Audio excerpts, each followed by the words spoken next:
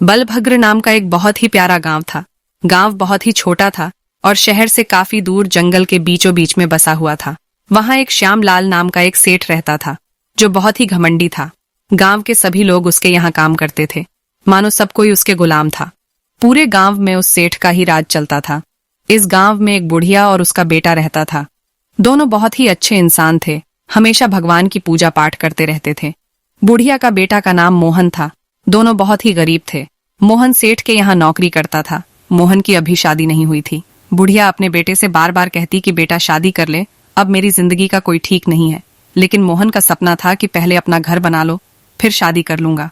मोहन रोज सुबह सेठ के यहाँ नौकरी के लिए जाता था। मोहन रोज की तरह आज भी नौकरी के लिए निकलता है और अपने माँ से कहता है, माँ खाना खा लेना, आप बहुत लेट से खाना खाती हो। इतना कहकर मोहन सेठ के यहाँ काम करने के लिए चल जाता है। मोहन और कई नौकर खेत में काम कर रहे होते हैं। तभी वहाँ सेठ आ जाता है और सभी से बोलता है, आज इस खेत में खुदाई पूरी हो जानी चाहिए, नहीं तो किसी को भी एक पैसा नहीं मिलेगा।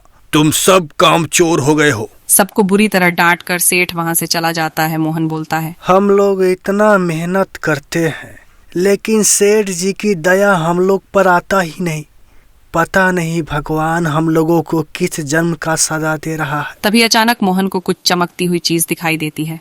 मोहन जैसे ही उस चीज को देखता है, देखता ही रह जाता है, क्योंकि वह चमकती हुई चीज कुछ और नहीं बल्कि हीरा था। मोहन उस हीरा को अपने हाथ में लेता है और अपने घर की तरफ चल देता है। यह सब होते हुए सेठ का एक वफादार नौकर देख लेता है और यह सारी बात जाकर सेठ को बता देता है। नौकर सेठ से बोलता है, सेठ जी, मोहन को खेत में बहुत सारे हीरे मिले हैं। मोहन खेत में काम छोड़कर चला गया। मोहन बोल रहा था, अब मैं बहुत अमीर हो गया हूँ, आज से हम काम नहीं करेंगे। सेठ अपने मन में सोचता है, अगर मैं उसको छोड़ दिया तो हमारा इज्जत नहीं करेगा और हमारे रहते हुए इस गांव में किसी का अमीर बनने का सपना मैं पूरा नहीं होने दूंगा। अगले दिन मोहन हीरा को लेकर बाजार में बेचने जा रहा था। तभी वहां सेठ आ जाता है। सेठ मोहन से बोलता है, और मोहन कहाँ जा रहे हो? आज काम करने क्यों नहीं आए?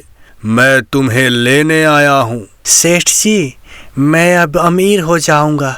अब हमारी गरीबी दूर हो जाएगी, क्योंकि भगवान ने हमारी सुन ली और मुझे हीरा मिला। अब मैं इस हीरे को बाजार में बेचकर अपना गरीबी दूर कर लूंगा। आप किसी और को काम पे रख लेना। इतना सुनते ही सेठ गुस्से से लाल हो जाता है और मोहन से बोलता है, तुम्हारी भलाई इसी में है। चुपचाप ये हीरा मुझे दे दो और जाकर मेरे खेतों में काम करो, क्योंकि मेरे रहते तुम लोगों का अमीर बनने का सपना पूरा नहीं होने दूंगा।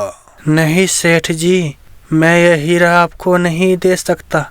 इस हीरे पर सिर्फ मेरा अधिकार है। फिर तुम्हें मरना होगा, क्योंकि इस गांव के एक एक चीज पर मेरा अधिकार है। और यह कहकर सेठ मोहन को मार देता है और हीरे लेकर वहां से चला जाता है।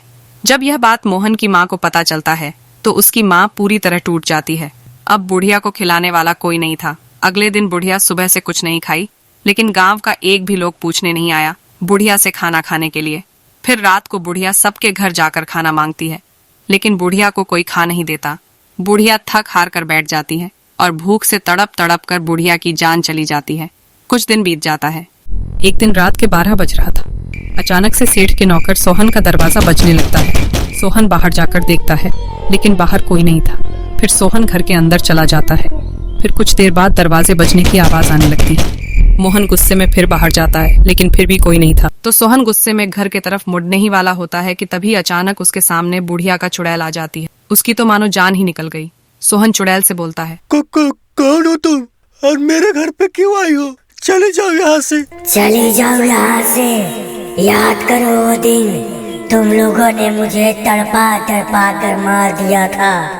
आज मैं तुम्हें तड़पा तड़पा कर मारूंगी। मेरा बेटा मोहन को तुम लोगों ने चंद हीरो के लालच में उसका खून कर दिया। आज मैं तुम्हें नहीं छोड़ूंगी। इस गांव में सबका खून करूंगी। इस गांव में कोई जिंदा नहीं बचेगा। सोहन चुड़ैल से बार बार बोलता है, प्लीज मुझे छोड़ दो, मुझे माफ कर दो। लेकिन चुड़ैल उसका कुछ नहीं सुनती और उसको मौत के घाट उतार देती है। अगले दिन फिर एक मुकेश नाम के व्यक्ति सो रहा था। तभी उसका भी दरवाजा बजने की आवाज आती है। मुकेश जैसे ही बाहर जाता है, सामने बुढ़िया का चुड़ैल आ जाती है। मुकेश बहुत डर जाता है। मुकेश कुछ बोल पाता उससे पहले चुड़ैल उसको मार देती है। अगले दिन सभी गांव वाले परेशान थे। सब कोई बहुत डर गया था। गांव में कौन है जो एक एक करके सबकी जान ले रहा है। फिर सब कोई सेठ के पास जाता है। प्रेम नाम का व्यक्ति सेठ से कहता है, सेठ जी, पता नहीं किसकी नजर हमारे गांव पर पड़ गई है। पता नहीं अपने गांव में सबका कौन जान ले रहा है। सेठ बोलता है, अरे कौन हो सकता है? आज रात को सब कोई किसी भी हाल में पता लगाओ, फिर उसका जान हम लेंगे। इतना कहकर सेठ अपने कमरे में चला जाता है। जब आधी रात होती है तो सेठ का दरवाजा बजने की आवाज आती है। सेठ अपने कमरे के अंदर से ही बोलता है, कौन है?